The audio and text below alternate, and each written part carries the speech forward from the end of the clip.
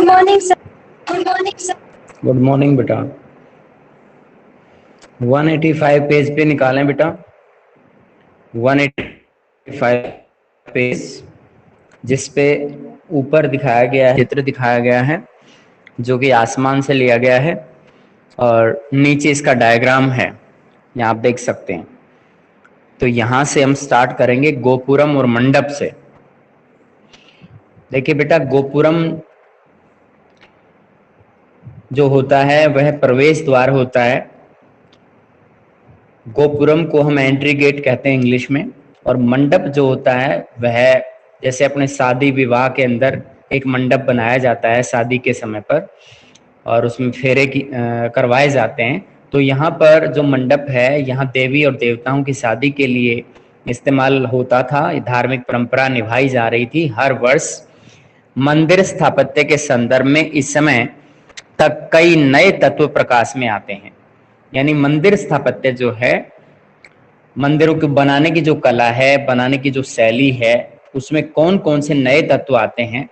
इनमें विशाल स्तर पर बनाई गई कौन सा बताओ बेटा? Last paragraph sir.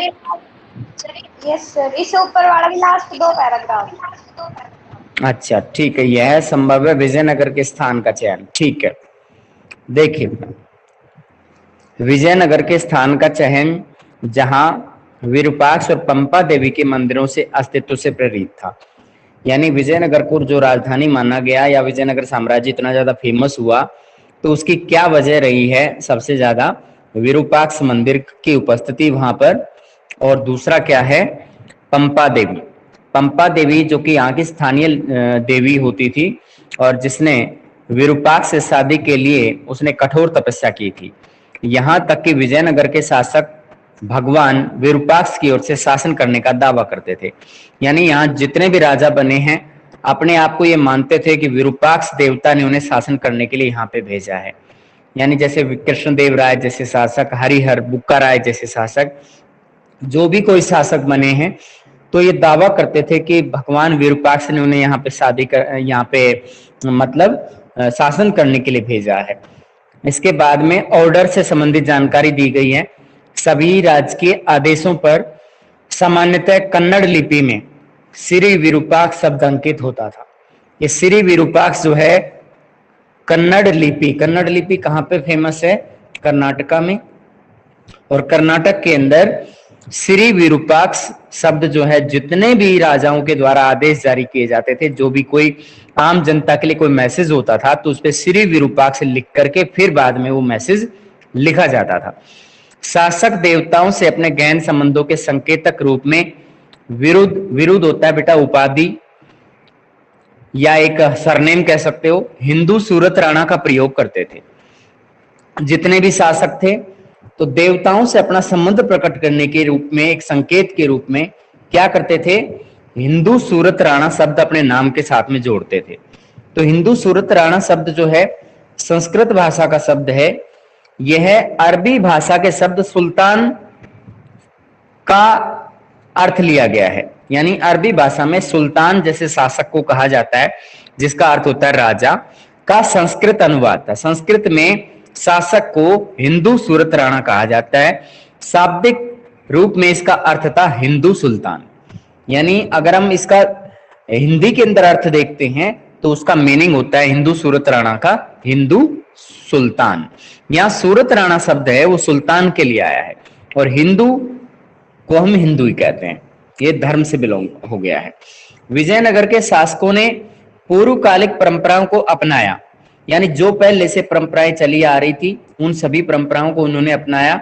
उनमें नवीनता लाई, नई नई चीजें जो ऐड हुई उन चीजों को भी उसमें जोड़ा, उनका विकास किया, उन्हें और आगे विकसित किया। अब राजकीय प्रतिकृति मूर्तियां मंदिरों में प्रदर्शित की जाने लगी। यानी जो राजकीय प्रतिकृति मूर्तियां, प्रतिकृति कैसी होती है? जैसे राजाओं से संबंधित मूर्तियां, देवताओं से संबंधित मूर्तियां जो राज्य सरकार के द्वारा मूर्तियां तैयार की जाती थी, तो उनमें क्या किया गया? इन मूर्तियां मंदिरों में प्रदर्शित की जाने लगी, उनको मंदिरों में लगाया जाने लगा। मंदिर में ये शासकों का सपोर्ट रहा होगा, इसीलिए मंदिरों में लगाई गई। इनको तैयार कराने में जो पैसा खर्च होता होगा वो शासक करते थे। राजा की मंदिरों की यात्राओं को महत्वपूर्ण राजकीय अवसर माना जाने लगा। जैसे वर्ष में एक बार या 2 बार कोई शासक मंदिर की यात्रा करता है तो उसको राजकीय अवसर मानते थे और उस समय विशेष उत्सव मनाया जाता था, जिन पर साम्राज्य के महत्वपूर्ण नायक भी उनके उसके साथ जाते थे। ये नायक साथ में क्यों जाते थे? सैन्य कमांडर क्यों साथ में आते थे? सैनिक क्यों आते थे? घुड़सवार क्यों आते थे? हाथी जो सेना के अंदर थे वो उनको क्यों बुलाया जाता था? ताकि वह आम जनता में विश्वास जगा सके कि बाहर से अगर हमला होता है तो उनका शासक सक्षम है, वह उससे मुकाबला करने में सक्षम है और वह उनकी रक्षा करने में सक्षम है। इस मकसद से अपने एक तरह से गौरव को प्रदर्शित करते थे, अपने शक्ति का प्रदर्शन करने की कोशिश करते थे वहां पर। जैसे कि 15 अगस्त 26 जनवरी पर हमारे देश के अंदर जितने भी महत्वपूर्ण मिसाइल या जो हमारी आर्मी की टुकड़ियां हैं, चाहे वो स्थल सेना, जल सेना, वायु सेना, इन सभी का एक तरह से शक्ति प्रदर्शन होता है। उससे हमारे देश के मूल निवासियों को या यहाँ के लोगों को एक आत्मविश्वास बन जाता है हमारी देश की सरकार पर। अब आता है आगे 185 पेज पर विरूपाक्ष मंदिर का चित्र देख पा रहे हैं, आसमान से लिया गया है। इस तरह की बनावट शैली है, इसके आसपास के जो भवन हैं वो इस तरह के दिखते हैं। देखिए आगे गोपुरम और मंडप। गोपुरम क्या होता है बेटा? प्रवेश द्वार को कहते हैं। जैसे कोई भी मंदिर होता है तो उसके प्रवेश द्वार को मंडप, प्रवेश द्वार को गोपुरम बोला जाता है और मंडप जो होता है शादी विवाह के लिए इस्तेमाल होने वाला इस तरह का एक स्थापत्य कला का नमूना है, जिसके अंदर ये नहीं कि भी हमारी शादियों के अंदर जो मंडप तैयार होता है वो तो टेंट हाउस से जो भी मैटर आता है उससे जोड़ करके उसको बनाते हैं, लेकिन ये जो मंडप हैं इनको तो चिनवाया गया था, बनवाया गया था यहाँ के शासकों के द्वारा। और ये किसके लिए किया गया था? ये देवी देवताओं की शादियों के लिए किया गया था, जो कि मतलब ये थे उनकी, मतलब लगभग हर वर्ष इस तरह का त्योहार मनाया जाता था। मंदिर स्थापत्य के इस में कई नए तत्व प्रकाश में आते हैं, यानी मंदिरों की बनावट से संबंधित बहुत से नए तत्व प्रकाश में विशाल स्तर पर बनाई गई संरचनाएं जो राजकीय सत्ता की धोतक थी शामिल हैं। जैसे राजकीय सत्ता की धोतक जो बड़ी बड़ी बिल्डिंग्स बनाई गई हैं जो कि एक आम व्यक्ति के द्वारा नहीं बनाई जा सकती थी, उनको भी इसमें शामिल किया गया है। जैसे कोई महल है या कोई गोपुरम है या कोई प्रवेश द्वार है या मंदिर है या कोई भी जलाशय बनवाया गया है, तो ये सब जो संरचनाएं थी राजकीय सत्ता की धोतक थी। इसमें ये इस बात को प्रूव करती थी कि यहाँ पर राजकीय शासन के द्वारा ये सब किया गया है। इनका सबसे अच्छा उदाहरण राय गोपुरम अथवा राजकीय प्रवेश द्वार थे। जितने भी एंट्री गेट्स थे वहां पर राय गोपुरम बनवाए गए थे। राय गोपुरम वे प्रवेश द्वार थे जहां से इस साम्राज्य में प्रवेश किया जा सकता था, जो अक्सर केंद्रीय देवालयों की मीनारों को बोना प्रतीत कराते थे। यानी यहाँ पर जो मंदिर होते थे उनके अंदर मीनारें बनी हुई थी और मीनारें भी बहुत ऊंची थी, लेकिन उनको भी प्रवेश द्वार की जो ऊंचाई थी वो उनसे, मतलब प्रवेश द्वार की ऊंचाई उनसे ज्यादा थी, इसलिए प्रवेश द्वार उनको भी बोना साबित करते थे, जो लंबी दूरी से ही मंदिर के होने का संकेत देते थे। यानी प्रवेश द्वार है इसका मतलब है मंदिर है, बहुत दूर से दिख जाते थे कि यहाँ पे कोई मंदिर बने हुए हैं। ये संभवतः शासकों की ताकत की याद भी दिलाते थे। अगर कोई शक्तिशाली शासक है तो उसका वैभव प्रदर्शन करने के लिए इस तरह के ऊंचे ऊंचे एंट्री गेट्स बनवाए गए थे, जो इतनी ऊंची मीनारों के निर्माण के लिए आवश्यक साधन, तकनीक और कौशल जुटाने में सक्षम थे। इसका मतलब था कि जो ऊंची ऊंची मीनारें बना सकते हैं उनके पास कितना साधन होगा, कौन सी वो टेक्निक थी जिसकी वजह से ये इतने विशाल एंट्री गेट बनाने में सक्षम हो पाए, मंदिर बनाने में सक्षम हो पाए। तो इनके पास कौशल, हर चीज की कोई कमी नहीं थी। अन्य विशिष्ट अभिलक्षणों में मंडप, लंबे स्तंभों वाले गलियारे जो अक्सर मंदिर परिसर में स्थित देवस्थलों के चारों ओर बने थे, सम्मिलित हैं। यहाँ क्या बता रखा है कि विशिष्ट अभिलक्षणों में इसकी जो विशिष्ट विशेषताएं हैं उनमें मंडप और लंबे स्तंभों वाले गलियारे, यानी जो गलियारा बनाया गया है कहीं भी, जैसे मंडप के साथ साथ बनवाया गया है गलियारा। गलियारा जैसे कि ऐसा होता है जैसे हम कॉरिडोर के रूप में इसको मान सकते हैं, जिसमें पिलर्स लगे हों, लंबे स्तंभ लगे होते थे, उसमें गलियारे बने हुए थे, जो अक्सर मंदिर परिसर में स्थित देवस्थलों के चारों ओर बने थे। यानी जहां भी मंदिर बने हुए थे उसके चारों तरफ इस तरह के गलियारे बनाए गए थे, जो कि पिलर्स से उनको सपोर्ट मिलती थी। इनको सम्मिलित किया गया है। अब हम दो मंदिरों को सूक्ष्मता से देखते हैं, यानी बारीकी से हम जानकारी जुटाते हैं दो मंदिरों की। एक मंदिर का नाम है विरूपाक्ष मंदिर और दूसरे का नाम है विट्ठल मंदिर। क्या नाम है? एक का नाम विरूपाक्ष मंदिर, दूसरे का विट्ठल मंदिर। विरूपाक्ष मंदिर का निर्माण कई शताब्दियों में हुआ था, यानी इसको एक दिन। यस बेटा, बोलो बोलो बोलो। ये टॉपिक रिपीट कर दो। सेम यस ये इसी पेज का या उधर से बताओ? शुरू से स्टार्टिंग से। आप लेट आए थे क्या बेटा?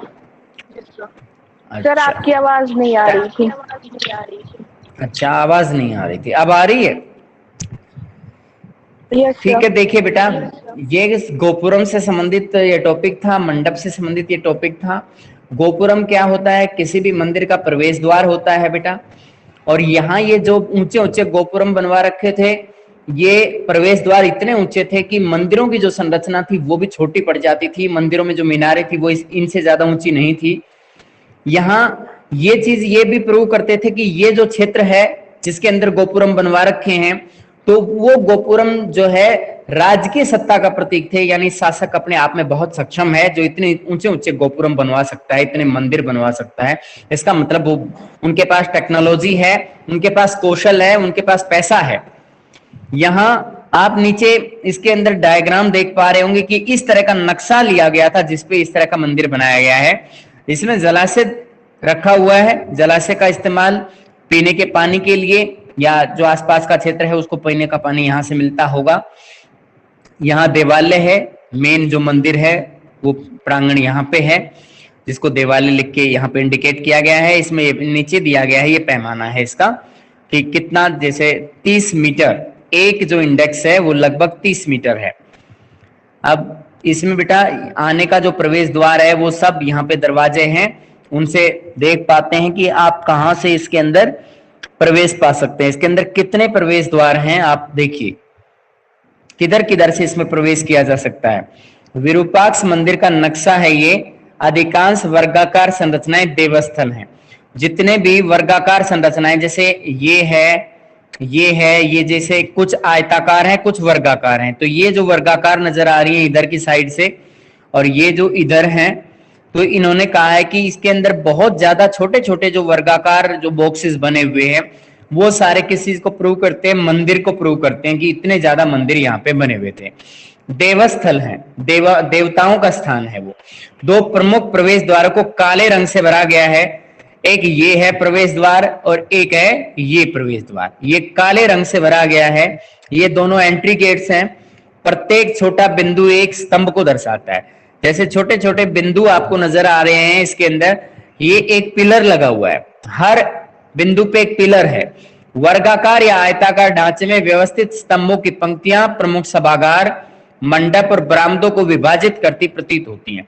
यहाँ पे किस किस तरह के आकार के ढांचे हैं? वर्गाकार ढांचे हैं, जैसे कि ये इधर नजर आ रहे हैं वर्गाकार, इधर बढ़ते हैं तो ये आयताकार हो जाते हैं। तो यहाँ पर वर्गाकार और आयताकार ढांचे में व्यवस्थित स्तंभों की पंक्तियां हैं, यानी यहाँ पे पिलर्स लगे हुए हैं। प्रमुख सभागार हैं जहां पे मीटिंग होती है, मंत्रियों से संबंधित मीटिंग हो सकती है, आम जनता से भी मिल सकते हैं शासक। मंडप होते थे यहाँ पर जहां पे देवी देवताओं की शादियां होती थी, और बरामदों को विभाजित करती प्रतीत होती है। पिलर्स से बरामदों को बांटा गया है, यानी पिलर्स उनके बीच में विभाजन तैयार करते हैं। नक्शे में दिए गए स्केल का प्रयोग करके मुख्य गोपुरम से केंद्रीय देवालय की दूरी नापिए। आप अंदाजा, जैसे यहाँ पे आप मेन एंट्री गेट है, यहां से आप इसकी दूरी मापना चाहें तो 30 मीटर प्रत्येक बॉक्स के हिसाब से।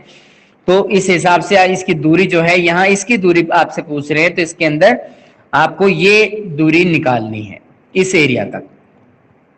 ठीक है बेटा, ये इसके अंदर आप कोई भी एक, जैसे छोटा पैमाना है, इसके अंदर जो सही तरीके से ये दिया नहीं गया है, क्योंकि जो बॉक्स है वो यहाँ पे तो छोटे दिखा रखे हैं, आपने देखा होगा। इधर के पैमाने की तरफ देखिएगा, इधर छोटा है और इधर का पैमाना बड़ा है। तो इधर छोटे पैमाने का प्रारूप नहीं लिखा हुआ है और ना इधर का सही क्लियर किया हुआ है। और यहाँ ऐसा कोई बॉक्सेस भी नहीं है कि जो बाउंड्री से अंदाजा लगा सकें कि भी कितनी कितनी दूरी पे क्या क्या है। हाँ, इतना है कि इसकी दूरी माप सकते हैं, इसकी दूरी, और उस दूरी से हम स्केल लेकर के और उसको माप सकते हैं कि कितनी दूरी पड़ रही है। इतना तो अंदाजा हम ले सकते हैं मोटा मोटा स्केल से। अब आगे देखिए, जलाशय से देवालय तक जाने के लिए सबसे आसान मार्ग कौन सा रहा होगा? तो इससे ज्यादा, यानी जलाशय से अगर कोई व्यक्ति आ रहा है तो वो व्यक्ति सबसे आसान मार्ग उसके लिए कौन सा रहा होगा? भाई आसान मार्ग उसके लिए तो यही है, जलाशय से वो इधर घूम के आएगा तो उससे अच्छा है कि जलाशय से या तो इधर से आके या फिर इधर से आने के बाद इस एंट्री गेट से पास, ये नजदीक पड़ेगा उसके लिए। तो ये चीज समझनी है, सबसे आसान मार्ग कौन सा रहा होगा? तो आसान इसी को माना जाएगा क्योंकि जलाशय के नजदीक ये है। अब हम आगे चलते हैं बेटा, मंडप को देखिए। मंडप की जो डिजाइन है वो इस तरह का है, जहां पर देवी देवताओं की शादियां वगैरह कराई जाती थी। ये इस तरह का मंडप है।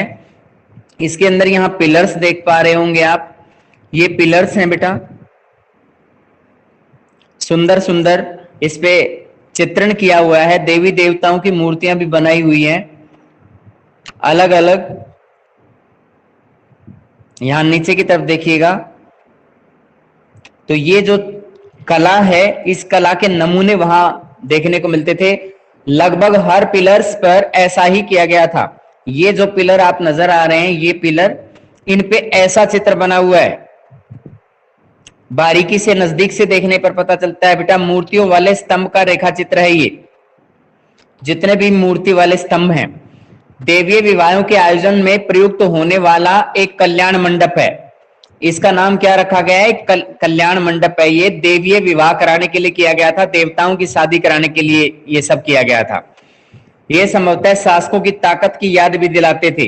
जो ऊंची ऊंची मीनारें हैं, मंदिर हैं, प्रवेश द्वार हैं, गोपुरम हैं, मंडप है, ये यहाँ के शासकों की ताकत की याद दिलाते कि वो कितने शक्तिशाली थे, जो इतनी ऊंची मीनारों के निर्माण के लिए आवश्यक साधन, तकनीक, कौशल जुटाने में सक्षम थे।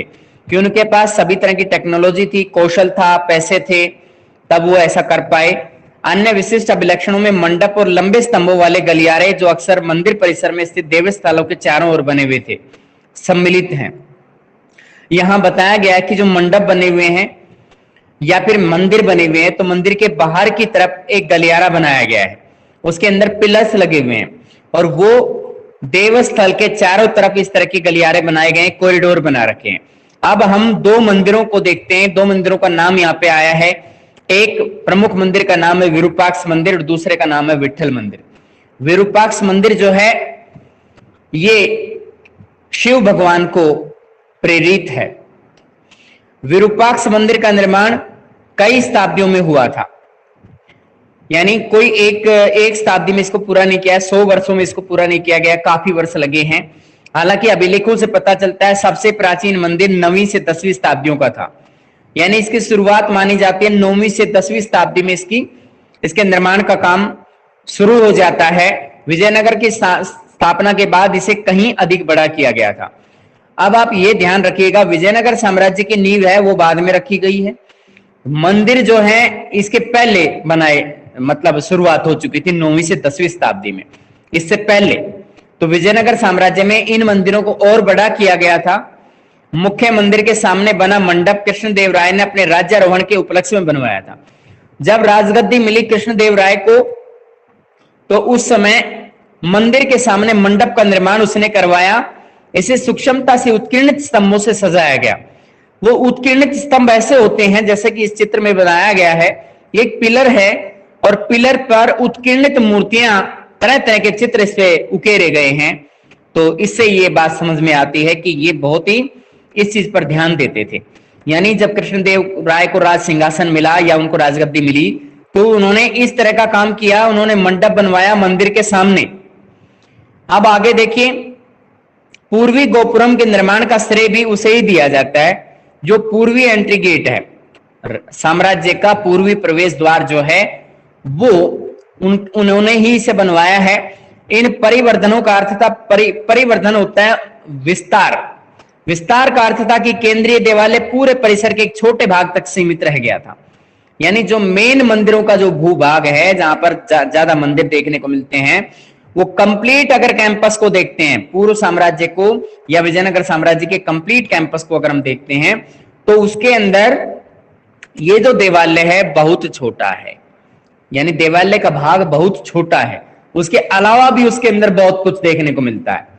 देखिए आगे एक चीज मैं आपको नोटिस कराऊं कि आपका जो कुछ सब्जेक्ट के अंदर आपको सिलेबस भी मिला होगा, तो आपका जो लेसन 1 इस बार टेस्ट में देंगे। ठीक है बेटा, अभी डेट शीट आ जाती है, फिर आपको आपके ग्रुप में शेयर कर दी जाएगी। और उसका मैं ये सोच रहा हूं कि लेसन 1 अकेला एक ही लेसन दे देते हैं। ठीक है बेटा, जो आपका मन के इसमें क्या बेटा, भूमिका बोलो बेटा, क्या कह रहे थे? उसमें 30 क्वेश्चंस होंगे। हाँ 30 क्वेश्चंस होंगे। लिमिटेड टाइम आपको दिया जाएगा, नेगेटिव मार्किंग उसमें नहीं होगी। टाइम जितना रहता है, मान लीजिए पर क्वेश्चन 2 मिनट मिलते हैं, तो लगभग 60 मिनट होंगे आपके पास। उसके बाद अपने पेपर को सबमिट कर देना है। ठीक है, जिस तरह का गूगल फोरम पे आपने पेपर दिया था +1 में, ठीक उसी तरीके से ये पेपर के आंसर्स जो हैं पता लग जाएंगे। अभी टीचर्स क्वेश्चन पेपर बना रहे हैं। ठीक है बेटा, तो जैसा कहा जाएगा, फिलहाल इतना है, टीचमेंट पर ही पेपर कराने के लिए कहा गया है, टीचमेंट ऐप पर ही। ठीक है, अब हम आगे चलते हैं। बाकी हिस्ट्री का सिलेबस इतना ही है बेटा, लेसन 1 बोथ मीडियम के लिए, इंग्लिश और हिंदी। हाँ बेटा, इसमें कुछ टेक्नोलॉजी ऐसी है, इतना थोड़ा बहुत अंतर जरूर होगा। कहीं बच्चे ये सोचें कि इंग्लिश मीडियम का पेपर हमारा अलग हो गया, हिंदी का अलग हो गया, इतना थोड़ा बहुत अंतर तो होगा उसमें। क्या बेटा, कैसे होगा? पेपर आपको नहीं, रिटर्न नहीं होगा, जैसे मोबाइल पे होता है तो लाइव क्लास में गूगल फॉर्म। नहीं, लाइव क्लास नहीं होगी उस समय, आप पेपर ही करेंगे। ठीक है, उसके लिए निर्धारित जो समय होगा उसमें आपको कर देना है, फिर आपको उसको वो सबमिट कर देना है, जैसे कि पहले गूगल फोरम पे करते थे। उसमें कोई दिक्कत नहीं आएगी बेटा। मल्टीपल चॉइस क्वेश्चंस आएंगे। हाँ बिल्कुल, ऑब्जेक्टिव टाइप क्वेश्चंस होंगे, बिल्कुल। रिटर्न नहीं करना पड़ेगा मतलब हमें ज्यादा। हाँ नहीं, रिटर्न उसके लिए नहीं है, रिटर्न नहीं है। आपको मोबाइल पे ही ऑब्जेक्टिव टाइप क्वेश्चन मिलेंगे, उनमें से सिलेक्ट करने हैं। ठीक है, ABCD जैसे तरह ऑप्शंस होंगे उसके तरीके से। और जो भी प्रॉब्लम होंगी या कोई चेंजमेंट होगा तो आपको जरूर इन्फॉर्म कर दिया जाएगा। बोलो बेटा कशिश, आपने इस बुक का ये फर्स्ट चैप्टर छुड़वाया, ये सिलेबस में नहीं है ना? नहीं बेटा, ऐसा है, सुनो, इस बार सिलेबस कट करके अभी अपडेट नहीं किया गया है सिलेबस। वो ये अभी क्लियर नहीं हो पाया था ना कि तीसरी लहर आ गई तो कितना समय बर्बाद होगा। अगर वो क्लियर हो जाता तो उसकी वजह से फिर ये सिलेबस को अपडेट नहीं किया गया है। जिस दिन भी अपडेट होगा हम आपको बता देंगे। पिछली बार लेसन नंबर 5, लेसन नंबर 8 और लेसन नंबर 12, इस तरह से कुछ जो सिलेबस थे, कम से कम इनके अंदर ये समझिए आपके सिर्फ 10.5 में 7 लेसन होते थे, केवल 10.5। और इस बार अभी अपडेट आया नहीं आपको, अभी टेस्ट के अंदर लेसन 1 ही दिया जा रहा है केवल। उसको अच्छे तरीके से बारीकी से पढ़े, तभी उसके क्वेश्चंस अटेम्प्ट कर पाओगे। ठीक है सर आज बोलो बेटा। स्कूल कब ओपन होगा? हाँ क्या कह रही हो बेटा? यस, आज स्कूल कब ओपन होगा सर? वो भी चुप हो। दो बच्चे एक साथ मत बोलो, एक बच्चा बोलो ना। मैं बोलूंगी। एक बच्चा ये कह रहा है कि मतलब स्कूल कब ओपन होंगे। देखो बेटा, इस संबंध में रिगार्डिंग अभी कोई मैसेज आने तो दो, अभी हमारे हरियाणा गवर्नमेंट के जो शिक्षा मंत्री हैं, उन्होंने, कंवरपाल गुर्जर ने कल ही एक स्टेटमेंट दिया था कि भाई अभी इस तरह की जो भ्रांतियां फैलाई जा रही हैं कि स्कूल अभी खुलने वाले हैं, अभी ऐसा नहीं है, डिसीजन लेंगे, हम जल्दी लेंगे। बाकी दिल्ली के अंदर इस तरह का डिसीजन लिया जा चुका है, उनके स्कूल शायद खुल चुके हैं, तो अब यहां भी जल्दी खुलेंगे, ऐसी बात नहीं है। तो आप दूसरा बच्चा बोलो, आपका क्या क्वेश्चन था? क्वेश्चन नहीं था, लेकिन तभी इतने दिनों बाद पूछने से कहा थी। लाइव क्लास, आपकी आवाज कट रही है, बोलिए, रिपीट करो।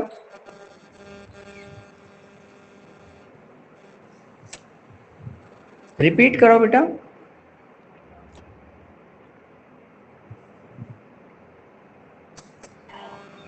अच्छा, नहीं आ रही मेरी आवाज आप तक? ठीक है बेटा, अब आगे आप नहीं पूछ रहे तो हम आगे चलते हैं। मंदिर के सभागारों का प्रयोग विविध प्रकार के कार्यों के लिए होता था। मंदिर के अंदर जो मीटिंग हॉल होते थे, उनका कोई एक ही काम के लिए इस्तेमाल नहीं हो रहा था, बहुत से काम के लिए इस्तेमाल हो रहा था।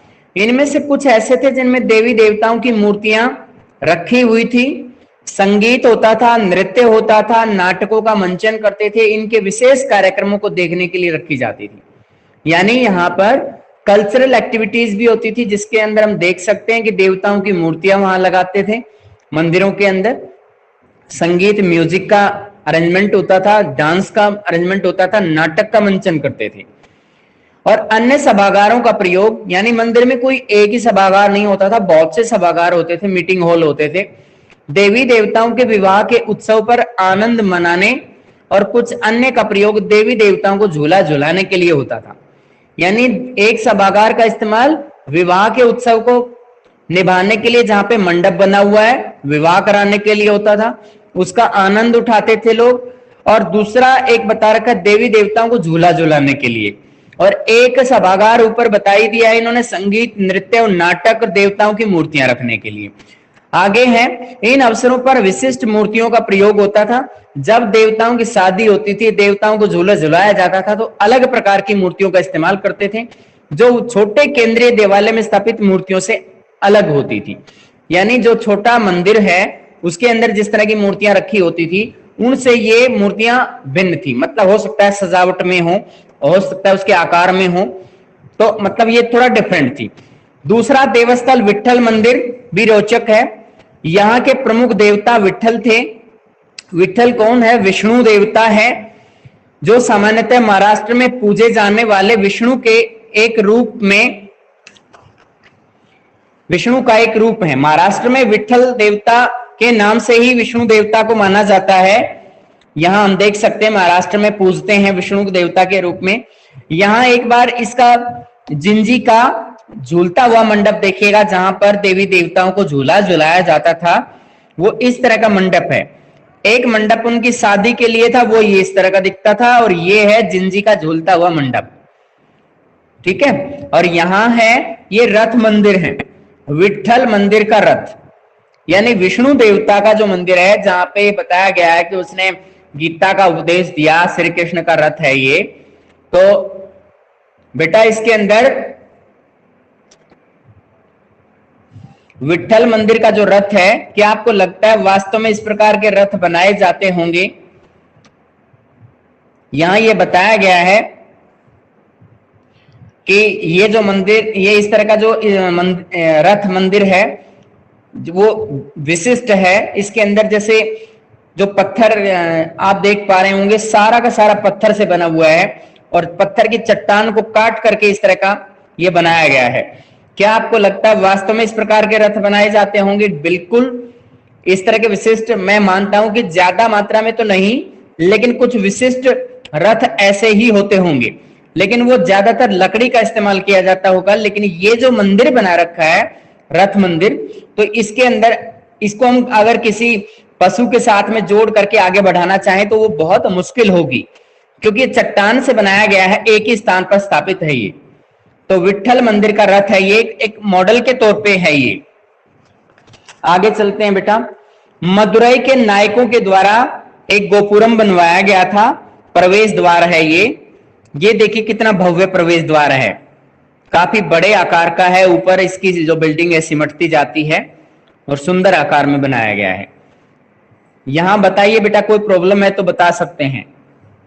इस देवता की पूजा को कर्नाटक में आरंभ करना उन माध्यमों का द्योतक है जिनमें एक साम्राज्य की संस्कृति के निर्माण के लिए विजयनगर के शासकों ने अलग अलग परंपराओं को आत्मसात किया। यानी पहले महाराष्ट्र में विठल मंदिर की पूजा होती थी, फिर कर्नाटक में इसको आरंभ किया गया, तो वहां की जो कल्चर थी उसमें थोड़ा बहुत चेंज आया और कुछ नई नई परंपराओं को पुरानी परंपराओं के साथ जोड़ा गया। अन्य मंदिरों की तरह इस मंदिर में भी कई सभागार बने हुए थे, क्योंकि सभी मंदिरों में ऐसे सभागार थे। मीटिंग हॉल का जिक्र मैं कर चुका हूं। रथ के आकार का एक अनूठा मंदिर भी है, जैसे जिसका चित्र मैं आपको दिखा चुका हूं। रथ के आकार का एक अनूठा मंदिर है ये इसी मंदिर की विशेषता है, विठल मंदिर। मंदिर परिसरों की एक चारित्रिक विशेषता रथ गलियां हैं, यानी यहां पर रथ गलियां देखने को मिलती हैं जो मंदिर के गोपुरम से सीधी रेखा में जाती हैं। मंदिर का जो प्रवेश द्वार है वहां से सीधी रेखा में मेन मंदिर तक पहुंचती है, उन्हें रथ गलियां कहते हैं। इन गलियों का फर्श पत्थर के टुकड़ों से बनाया गया था। जो नीचे का फर्श है वो पत्थर के टुकड़े डाल के बनाया गया था। इनमें दोनों ओर स्तंभ वाले मंडप थे, पिलर्स लगे हुए मंडप दोनों तरफ थे, जिनमें व्यापारी अपनी दुकानें लगाया करते थे। दोनों ओर स्तंभ वाले मंडप थे जिनमें व्यापारी अपनी दुकानें लगाते थे। और जिस प्रकार नायकों ने किलेबंदी की परंपराओं को जारी रखा गया और अधिक व्यापक बनाया, ठीक वैसा ही उन्होंने मंदिर निर्माण की परंपराओं के संदर्भ में भी किया। नायकों ने किलेबंदी की परंपराओं को जारी रखा। किलेबंदी क्या है? दुर्गबंदी जिसे कहते हैं। इन्होंने इसे बनाया, आगे भी बनाते रहे। नए नए नायक जो थे वो अपनी सीमाओं को सुरक्षित करने के लिए इस तरह की दुर्गबंदी करते थे और इसको और बड़े क्षेत्र तक इसका विस्तार किया उन्होंने। ठीक वैसा ही उन्होंने मंदिर निर्माण की परंपराओं को भी आगे बढ़ाया। ऐसा नहीं कि आगे आने वाले जो वंशज थे या जो शासक थे, जो नायक और अमर नायक थे, उन्होंने भी मंदिर निर्माण की परंपरा को आगे बढ़ाया। शासकों का विशेष योगदान है यहाँ पर। यहां तक कि कुछ सबसे दर्शनीय गोपुरमों का निर्माण स्थानीय नायकों के द्वारा किया गया था।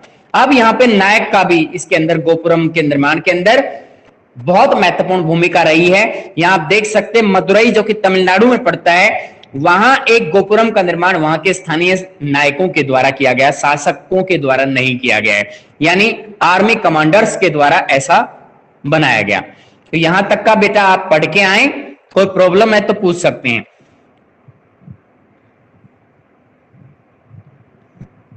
आज ब्लड डोनर डे है, रक्तदान दिवस के रूप में मनाया जाता है।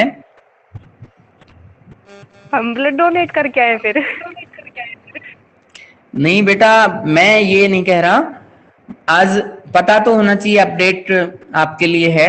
कोई करना चाहे तो कर सकता है अगर किस।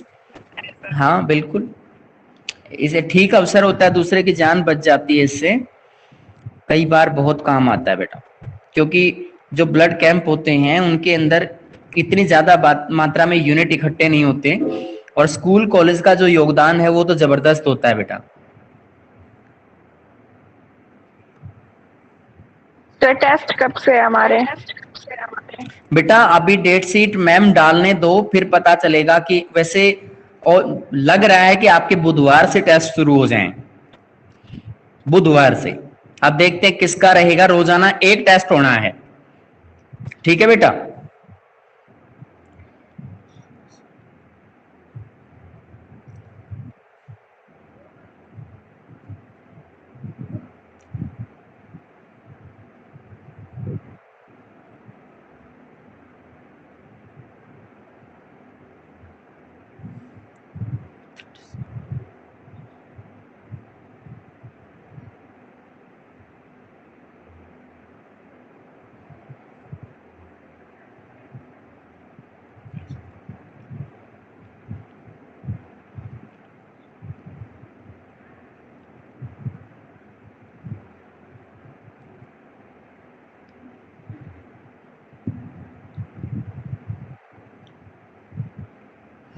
नेहा कटारिया, हेमलता टेंशन में है।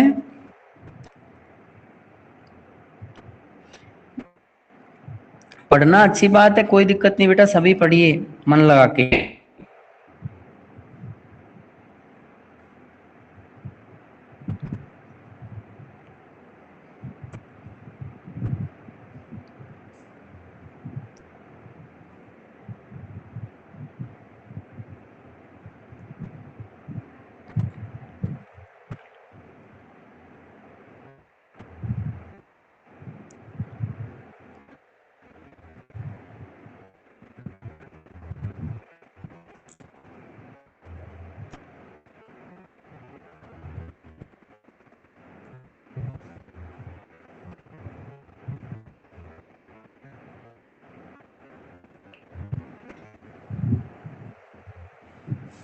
ठीक है बेटा, अब लीव कर सकते।